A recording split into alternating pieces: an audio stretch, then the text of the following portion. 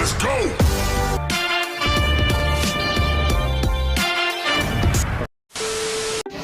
Yo, what's up mga Karil? So yun, Karil, kita ko sila ngayon sa may kusina.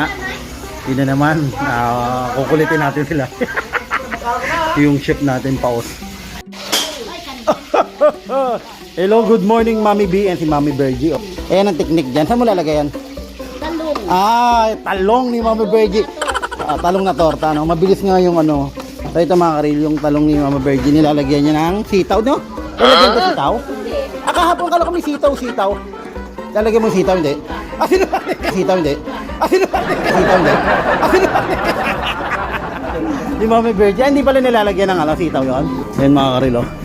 Mami Bergie, na.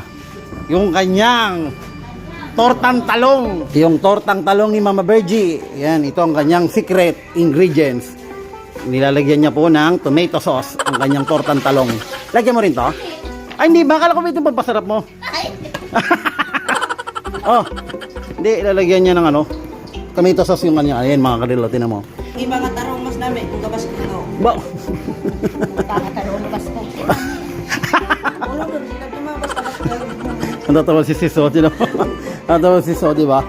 Oh, dito ka lang makakita na, tinan mo, galing ni Mama Bergie. Basta mga ganyang talong-talong, ni Mama Bergie magaling sa mga magpalaking talong. No comment si Chef. Walang boses. Walang boses.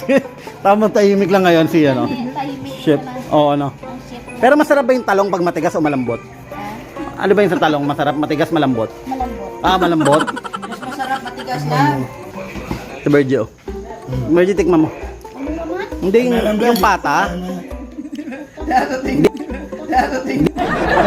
Hindi po. Sarap? Amo dyan yung bulat ko? Sarap? Ba't ganun yung lasa ko? Iba maasim.